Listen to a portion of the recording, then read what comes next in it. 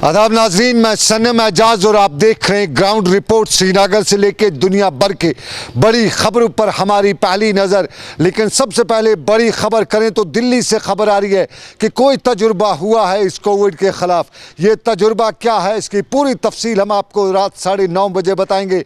लेकिन उससे पहले आपको बताएं कि कश्मीर और वादी कश्मीर के साथ साथ दुनिया भर में कोविड का नाम रुकने का नाम नहीं ले रहा है। और कोविड जहां मुल्क में 50,000 की तादाद के ज़्यादा पिछले 24 घंटों में केसेस पॉजिटिव आए हैं, वहीं कश्मीर में भी कुछ नहीं है। और आज एक बार फिर सुबह की शुरुआत मौत की खबर से, कोविड की मौत की खबर से हुई है। और आज सुबह सबसे पहले खबर यही आई कि मलकनाग अनंतनाग की एक खातून जिसकी उम्र लगभग 50-55 साल बताई गई, कोविड की 65 साल की बताई गई, कोविड की लड़ाई लड़ते लड़ते ज़िंदगी की जंग हार बैठी। और इससे फ़ौरन बाद खबर आई कि जम्मू में JMC जम्मू कश्मीर पुलिस का एक सब इंस्पेक्टर भी कोविड की लड़ाई हार चुका है। और इधर कश्मीर से खबर यह भी आई कि कश्मीर के श्रीनगर के नज़दीक इलाका सदरबल में भी एक 75 साल बुजुर्ग कोविड की लड़ाई हार चुका है। जबकि महाराजगंज के हवाले से खबर आई कि महाराजगंज श्रीनगर में 65 साल के एक शख्स कोविड का शिकार हुआ है। और ख़बरें इसी तरह से ये भी आती गई कि वादी कश्मीर के हर तरफ से कोविड की इस लड़ाई में हालात अभी भी कशीदा ही है। लेकिन इसका मुकाबला सरकार ने लॉकडाउन से किया। और आज लॉकडाउन का दूसरा दिन श्रीनगर से लेकर वादी कश्मीर के मुख्तलिफ इलाकों में आज लॉकडाउन सख्ती से अमलाया गया था। और इस सख्ती से अमलाए जाने के दौरान सड़कों पर सिर्फ वही तादाद थी जो सरकारी तौर पर जिन्हें पासेज रखे गए थे। लेकिन कुछ जगहों पे मनचले भी थे, कुछ जगहों पे बिना डर वाले लोग भी थे, और कुछ जगहों पे गाड़ियां भी निकली थी। कल जिस तरह का लॉकडाउन था, कल जिस तरह सरकार ने लॉकडाउन को इम्प्लीमेंट किया था, आज वो सब कुछ लॉकडाउन में नज़र नहीं आ रहा था। शायद एक ही दिन सरकार लॉकडाउन का तेज़ी बर्दाश्त कर सकी। और आज बड़ी ढीली सरकार दिखाई देती। लॉ इन्फोर्सिंग एजेंसीज और ख़ास तौर पे पुलिस डिपार्टमेंट जो ग्राउंड पर रहती है वो आज बहुत कमज़ोर दिख रही थी। और किसी से न पूछा जा रहा था, न किसी को रोका जा रहा था, जो भी निकला था घर से चला जा रहा था। और जहाँ ये इदारे सड़क पे खड़ा तो थे, लेकिन सिर्फ सड़क पे तमाशा देख रहे थे। और इसी तमाशे की झलक आपको श्रीनगर की सबसे पहले हम दिखाते हैं। श्रीनगर में क्या थी आज लॉकडाउन की सूरत-ए-हाल।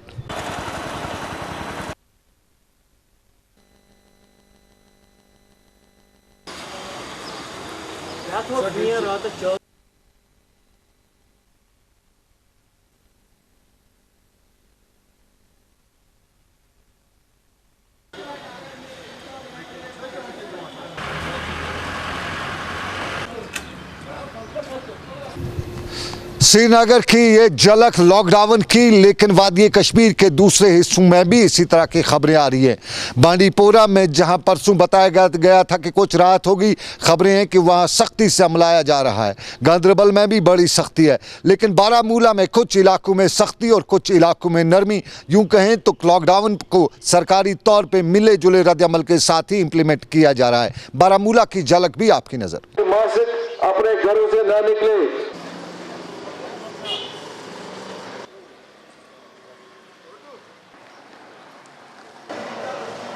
Patang hutang waktu akar.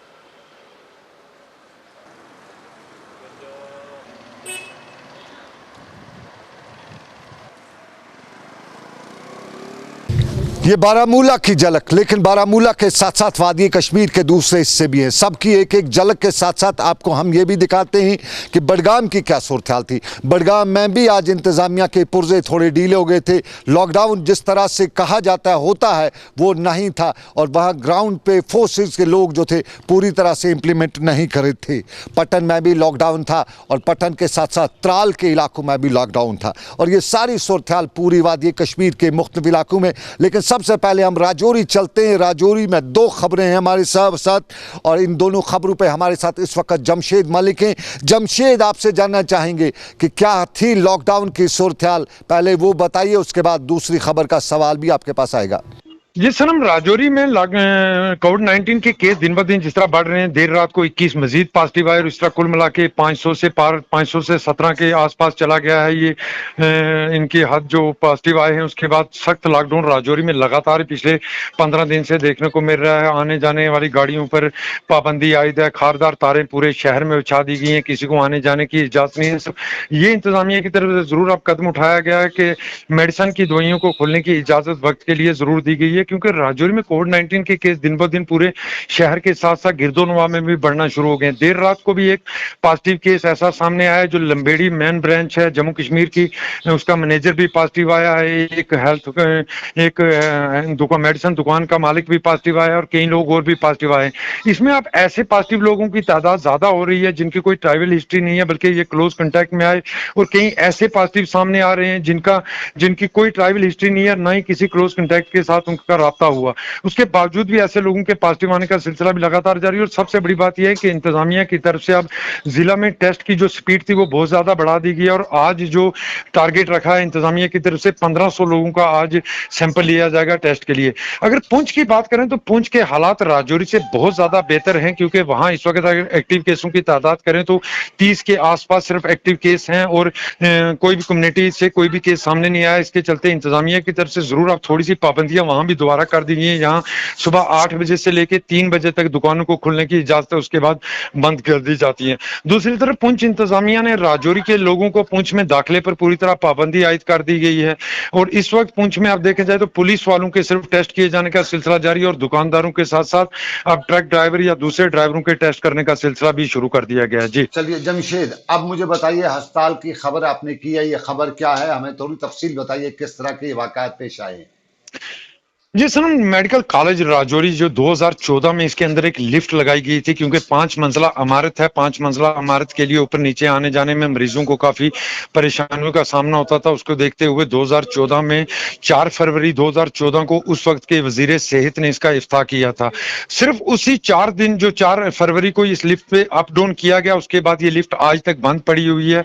इसमें जंग लग चुका है और पूरी तरह ये अब खराब हो चुकी है, जो पिछले 6 सालों से पूरी तरह बंद पड़ी है। इससे लोगों को कोई फायदा नहीं मिल पा रहा है, क्योंकि मेडिकल कॉलेज राजौरी में इसके अलावा भी अगर देखा जाए सिटी स्कैन मशीन है जो पिछले काफी अरसा से खराब पड़ी हुई है, जो ठीक नहीं हो पाई। आज भी लोगों को सिटी स्कैन के लिए जम्मू जाना पड़ता है। हालांकि प्राइवेट जो बाहर चल रही है मशीनें वो ठीक है, मगर मेडिकल कॉलेज राजौरी की जो मशीन है, इसके रिपेयरिंग पे इतना पैसा निकाला जा चुका है कि मशीन की कीमत से वो ज्यादा बन चुका है, मगर उसके बावजूद भी आज तक वो सिटी स्कैन मशीन नहीं चल पाई। इसी तरह अगर लिफ्ट की बात करें, लिफ्ट 2014 4 फरवरी के बाद आज तक कभी वो दोबारा नहीं चल पाई, क्योंकि इससे लोगों को आज तक कोई फायदा नहीं हुआ। इस 5 मंजिला इमारत में बुजुर्ग लोग भी बीमार आते हैं, हर तरह के लोग बीमार आते हैं, चाहे एक्सीडेंटल केस होते हों कि दूसरी तरफ अगर जख्मी होते हैं लाइन ऑफ कंट्रोल पर, उन लोगों को लाया जाता है और इनको ऊपर नीचे करने के लिए फिर वही सीढ़ियों का इस्तेमाल किया जाता है, क्योंकि इसकी लिफ्ट 2014 के बाद आज तक कभी नहीं चल पाई। जी चलिए, इंतजामिया से आपने कोई बात की, इस हवाले से क्या कहती है इंतजामिया?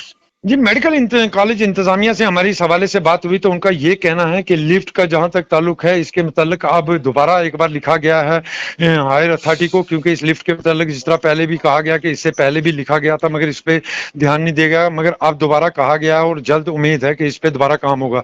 दूसरी तरफ सिटी स्कैन पे इनका ये कहना है कि सिटी स्कैन मशीन पे बार बार ठीक करवाने के बावजूद ये खराब होती रही। जिस कंपनी के पास इसका पहला कॉन्ट्रैक्ट था उस कंपनी ने छोड़ दिया और दूसरी कंपनी के पास कॉन्ट्रैक्ट चला गया। जो दूसरी कंपनी आई उसने उसके पुर्जे निकाल के वो साथ ले गई रिपेयर करने के लिए, मगर वो कंपनी ने पुर्जे ही नहीं वापस लाए, जिस कारण ये सिटी स्कैन मशीन भी आज हमारी डिफंक्ट पड़ी हुई है और ये दूसरी तरफ लिफ्ट भी हमारी आज डिफंक्ट पड़ी हुई है। इस तरह अगर ये कहें कि मेडिकल कॉलेज राजौरी में जो सहूलियात मिलनी चाहिए थी लोगों को, वो इस वजह से नहीं मिल पा रही क्योंकि इस पे जो बुनियादी सहूलियात थी उनकी अभी भी अदम दस्तयाबी है। जी बहुत शुक्रिया जमशेद मलिक पूरी जानकारी के लिए। जमशेद जानकारी बता रहे थे और अस्पताल के हवाले से बता रहे थे कि कई साल पहले अस्पताल को लिफ्ट लगाई गई, लेकिन लिफ्ट सिर्फ एक दिन चली, उसके बाद उसको रब्बा लिफ्ट करा दे का नहीं, फकरा दुरुस्त होना साबित हो रहा है। लिफ्ट चल नहीं रही है, लोग किस तरह से परेशान हैं, अस्पताल में किस तरह इंतजामिया काम करिए, ये जमशेद मलिक आप हमें बता रहे थे। लेकिन हम चलें तो आगे चलें और चलते हैं अनंतनाग। फिदा हुसैन मेरे साथ मौजूद हैं। अनंतनाग जम्मू कश्मीर का वो पड़ाव है जहाँ पे गैर रियासती मजदूर या गैर रियासती जो भी शख्सात है पहले वहाँ पहुँचते और अनंतनाग में क्या सूरत हाल थी, क्या गैर रियासती मजदूर आज भी आ रहे थे। फिदा हुसैन के पास चलते हैं। फिदा, बताइए तफसील से क्या ज़मीनी सूरत हाल थी अनंतनाग की। कि सनम मैं आपको बता दूं कि अगर हम लॉकडाउन की बात करेंगे, क्योंकि लॉकडाउन को फिर से इम्पोज किया गया, हालांकि अगर हम जनूबी कश्मीर की बात करेंगे, जनूबी कश्मीर में भी लॉकडाउन का असर जो है साफ तौर पे सड़कों पर आज भी नजर आ रहा था। जुमा के पेश नजर भी आज जहां लोग जो है जो नमाज जुमा के लिए मस्जिदों में जमा होते थे और भारी भीड़ भी होती थी, लेकिन अक्सर आज हमने फिर से देखा कि बहुत सारे ऐसे जहाँ पे जुमा होना था, जहाँ पे जुमा होता था वहां पे भीड़ कम ही थी, लेकिन कहीं ना कहीं पे आम लोग भी जो है वो इस लॉकडाउन का सपोर्ट करते हुए नजर आ रहे हैं। मैं बता दूं आपको कि अनंतनाग की सूरत हाल की बात करेंगे, अनंतनाग में भी आज सुबह से ही लॉकडाउन जो है वो नजर आ रहा था, जबकि यहाँ पे एक जो 65 साल औरत है उसकी भी मौत हुई सुबह कोविड-19 की वजह से। बताया गया कि उसके बाद यहाँ पे एक बार फिर जो है वो तशवीश की लहर जो है फिर से दौड़ पड़ी सुबह, जब ये एक बुरी खबर जो है जब सामने आई। लेकिन मैं बता दूं आपको यहाँ पे कि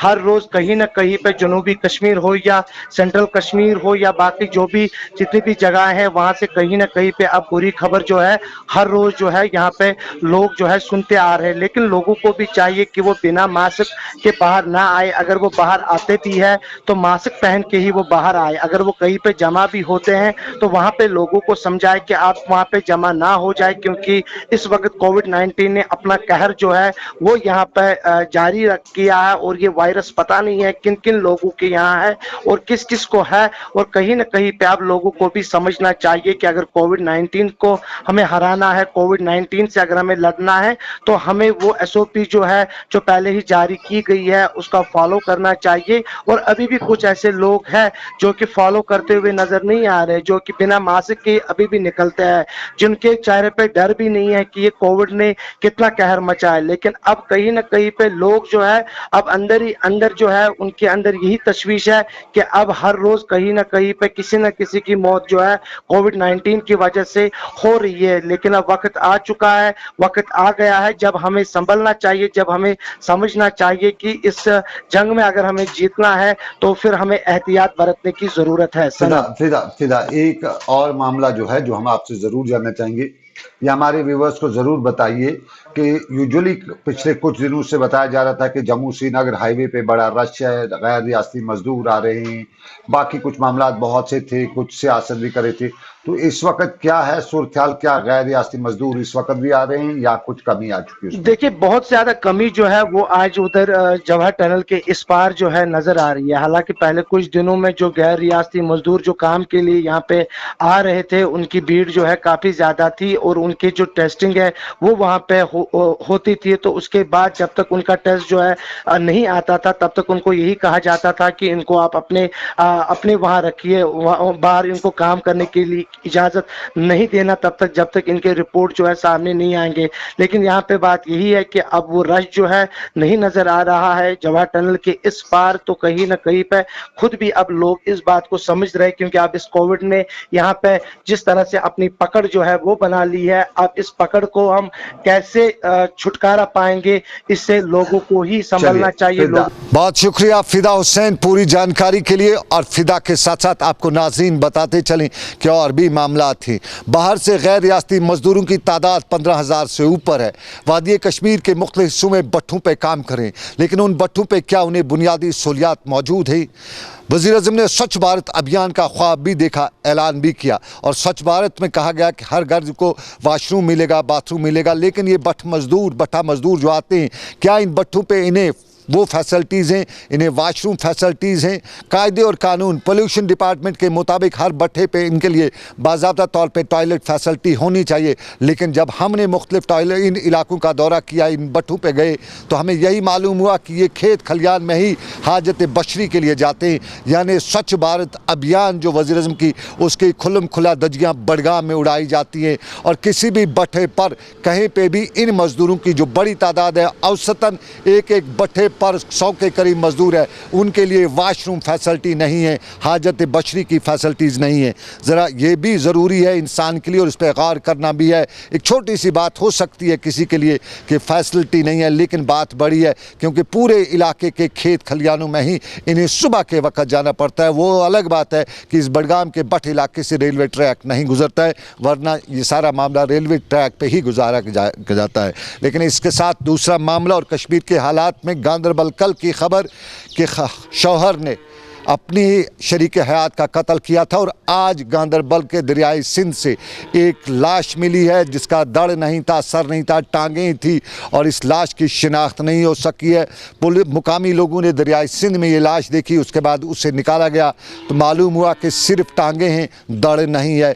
एक अलमिया कश्मीर का कि अब ये भी बिना सर और दड़ के लाशें मिलती हैं। पुलिस ने इस मामले में तहकीकात शुरू कर दी हैं और बताया जाता है कि इसकी शिनाख्त जो है दड़ के ज़रिए की, DNA के ज़रिए की जाएगी। लेकिन सियासत के मुद्दे भी हैं और सियासत के मुद्दे में 4G का आपको मामला मालूम ही होगा।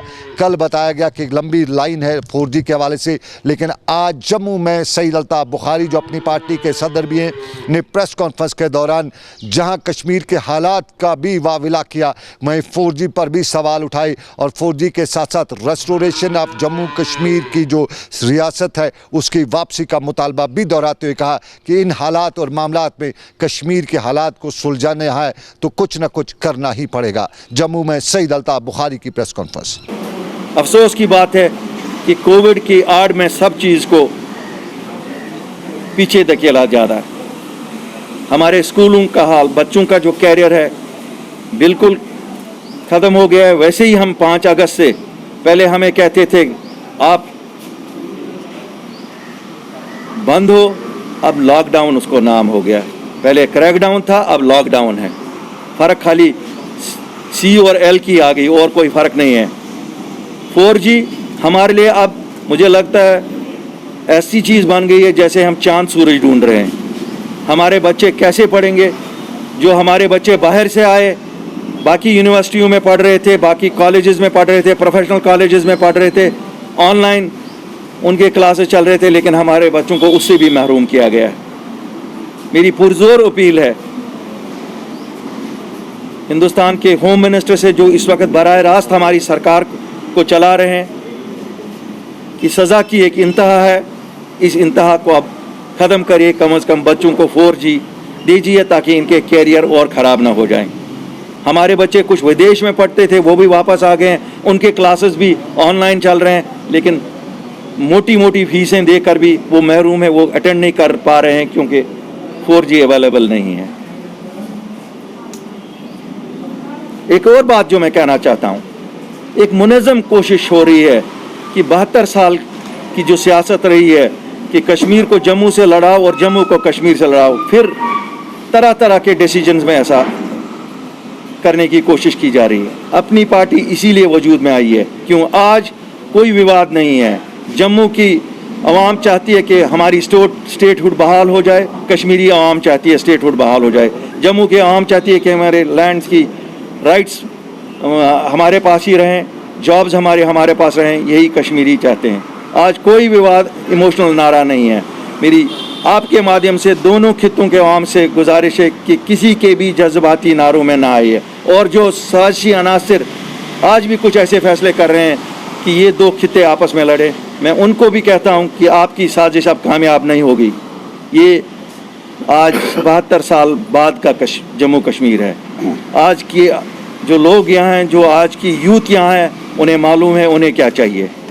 उनकी तरजीह इमोशनल नारे नहीं है, उनकी तरजीह डेवलपमेंट है, उनकी तरजीह है उनकी एजुकेशन, और उनकी तरजीह इस रियासत की तरक्की। और उसमें मैं उन सब का साथ चाहता हूँ। आज अपील करता हूँ सबको कि आज एक ऐसी पार्टी आपके सामने आई है जो कोई इमोशनल नारा नहीं, एक ही नारा कि हम एक हैं, चाहे जम्मू वाले हैं, चाहे कश्मीर वाले हैं, चाहे किश्तवाड़ वाले हैं, चाहे डोडा वाले हैं, चाहे राजौरी वाले हैं, पुंछ वाले हैं, या कुपवारा वाले हैं, या अनंतनाग वाले हैं। हम एक ही रियासत के बाशिंदे हैं और हमारी रियासत ली गई है, हमें मिल के ये रियासत वापस लानी है। ये सबसे बड़ी तरजीह है। उसके बाद इमीडिएटली एक इलेक्शन किया जाए, डेमोक्रेटिक इलेक्शन। हम नहीं कहते हैं कोई चोर दरवाजे से किसी को नहीं, हम कहते हैं लिया जाए। हमें हक है जो पूरे हिंदुस्तान में है डेमोक्रेसी हमें भी दी जाए। We have right enshrined rights in the constitution of India. हमें क्यों रोका जा रहा है? चलिए, सियासत के गलियारों में गूंज और सरकारी सत्ता पे ना सही, लेकिन ज़राया कहते हैं कि कुछ सियासतदान जो नज़रबंद हैं, जो गिरफ्तार हैं, उन्हें ईद से पहले रिहा भी किया जाएगा। लेकिन कश्मीर में आज भी बहुत से लोग हमसे यही बात बता रहे थे कि कश्मीर के नौजवानों की एक बड़ी तादाद मुल्क की मुख्तलिफ जेलों में बंद है, नज़रबंद है, कैद है। उनकी रिहाई के लिए सरकारी सत्ता पर कोई इकदाम नहीं उठाए जा रहे। जोधपुर से लेके यूपी, आगरा और दूसरी जेलों में कश्मीरी बंद हैं और पिछले 1 साल से 5 अगस्त से ये कश्मीरी वहाँ कसम पुर्सी के हालत से दरगुजर हो रहे हैं। और आज यहाँ वालिदैन ने हमें बताया कि उनकी रिहाई फ़ौरन की जाए, और रिहाई के साथ साथ कुछ कहते थे कि अगर रिहाई सरकार उसको लंबा खींचती है तो कम अज़ कम उन्हें वापस कश्मीर शिफ्ट किया जाए। ये कश्मीर के लोगों की आज की अपील। लेकिन इसी अपील के साथ कल बताना चाहेंगे कि रियासत के गवर्नर ने सड़कों के खाका बदलने की एक शुरुआत करते हुए बताया कि 400 करोड़ रुपये का नया पैकेज जो है मैग्डमाइजेशन के लिए दिया जाएगा। लेकिन उसमें भी कहा जाता है कि लंबा वक्त लगेगा। लंबा क्यों लगेगा? अगस्त 10 तारीख तक उसका डीपीआर वगैरह बनेगा, और अगस्त के बाद जब डीपीआर में बन के पास होगा तो टेंडर्स वगैरह होंगे, और टेंडर होते होते बताया जाता है कि सितंबर अक्टूबर के तक पहुंच जाएगा। और सितंबर अक्टूबर में कश्मीर में सड़कों पर मैग्डमाइज हो ही नहीं सकता है, क्योंकि टेम्परेचर उस तरह का होता है कि कश्मीर की सड़कें रो सकती हैं, लेकिन टेम्परेचर कम होने की वजह से उन पर तारकोल नहीं डाला जा सकता है। तो कश्मीर में मैग्डमाइज नहीं होगा। हो सकता है कि जम्मू में हो जाए, और जम्मू में होता भी है। लेकिन कश्मीर के लोग आज भी यही पूछ रहे थे कि सड़कों की खस्ता हाली कब ठीक की जाएगी। और इसी मुद्दे को लेकर पुलवामा में भी आज लोगों ने मुजाहरा किया। वो इन पुलवामा के लोगों ने आज एहतजाजी मुजाहरा करते हुए सड़कों की खस्ताहाली का रोना रोते हुए बताया कि इंतज़ामिया के दावे नारे सब कुछ तो अपनी जगह पे, लेकिन ज़मीनी सूरत बदली नहीं गई है। वो इन पंपोर के लोग क्या कह रहे थे?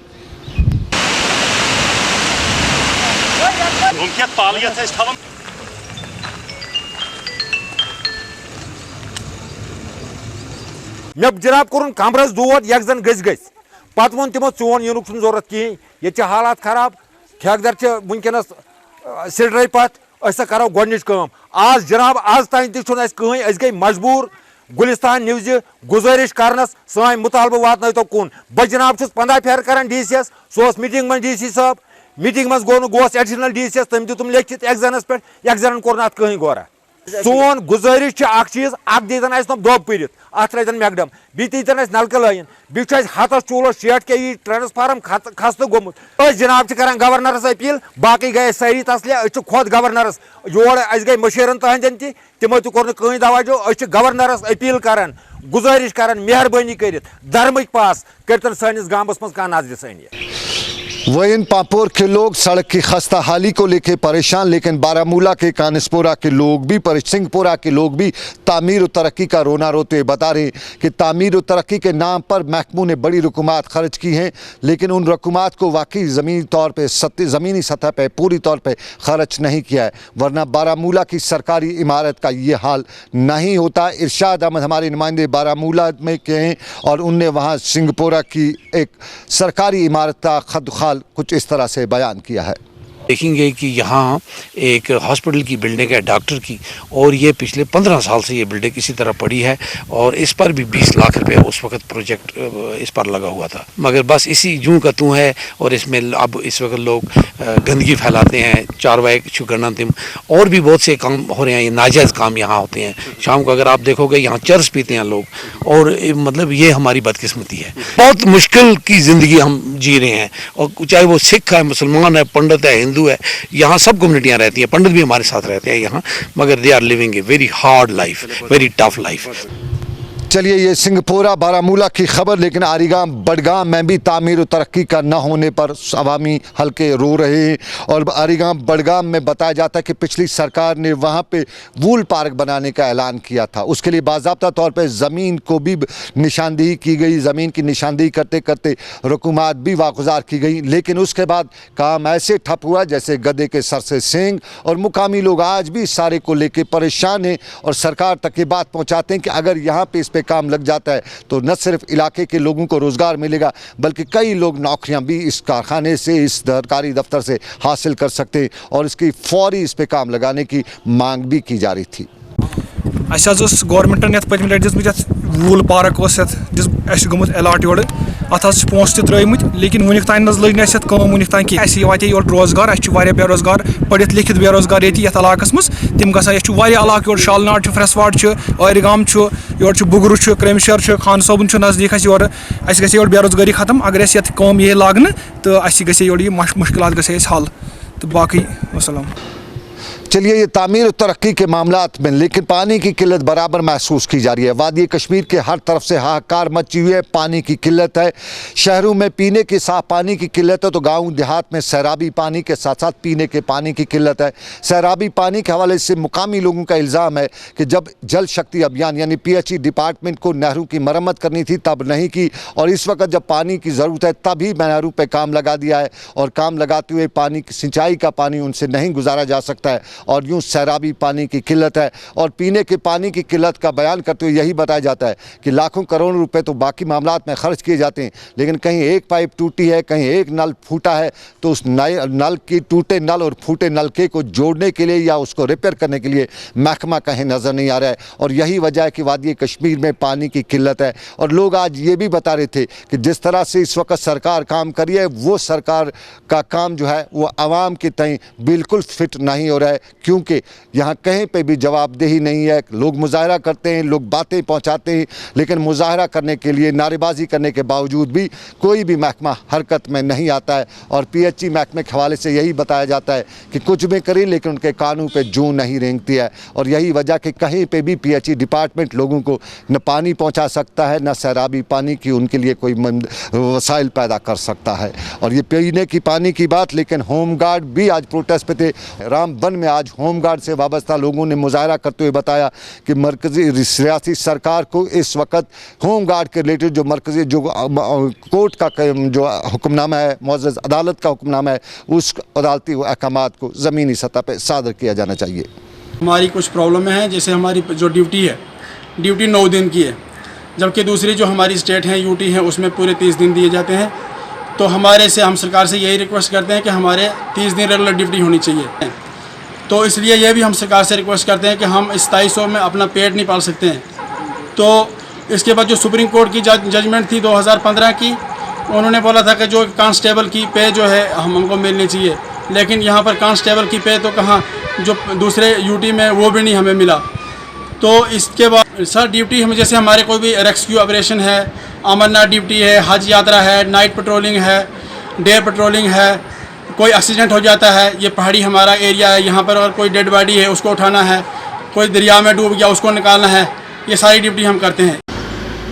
चलिए ये होमगार्ड्स की बात, रामबन में मुजाहरा, बात अरबाब इक़दार तक पहुंचाने की, लेकिन और भी मुद्दे हैं, उन्हीं मुद्दों पे हम चलेंगे। लेकिन फ़िलहाल ग्राउंड रिपोर्ट से मुझे दीजिए इजाज़त, ऊपर वाले की मर्ज़ी, फिर करेंगे आपसे मुलाकात। ग्राउंड रिपोर्ट आप तक पहुंचाने मेरे साथ ताउन किया समीर वानी ने। आप रखिए अपना ख्याल, अल्लाह हाफिज़।